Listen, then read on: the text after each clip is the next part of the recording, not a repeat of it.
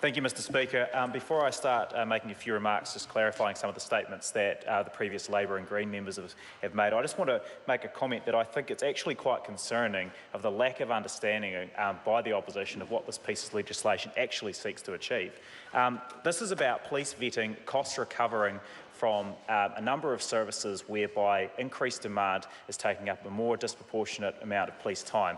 The opposition are insinuating or scaremongering that police services, core activities of the police, frontline services, have the potential of being charged under this legislation. That's absolutely incorrect. That's categorically wrong. The functions performed by the police around police vetting are performed by back office staff, not frontline sworn officers, of which there are almost 9,000 out on the streets.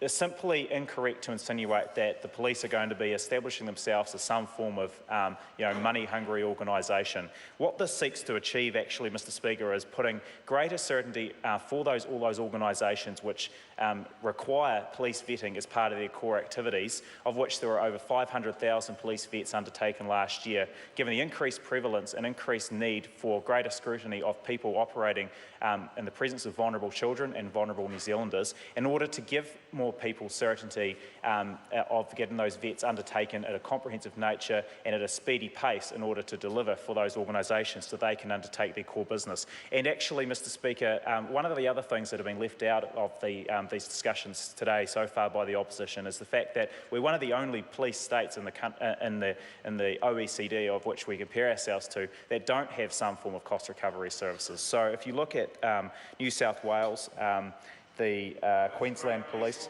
or any of the others, their cost recovery services are at a disproportionately larger rate than what we're proposing, Mr Speaker. Our $8.50 fee per police vet, which Cabinet agreed to under the regulations, not the legislation, which is the role of the Select Committee, is far less than what the states that we compare ourselves to are undertaking. So thank you for the opportunity to speak on this bill, Mr Speaker. We obviously support it, and we support the police and their efforts across the country. Jenny Solis.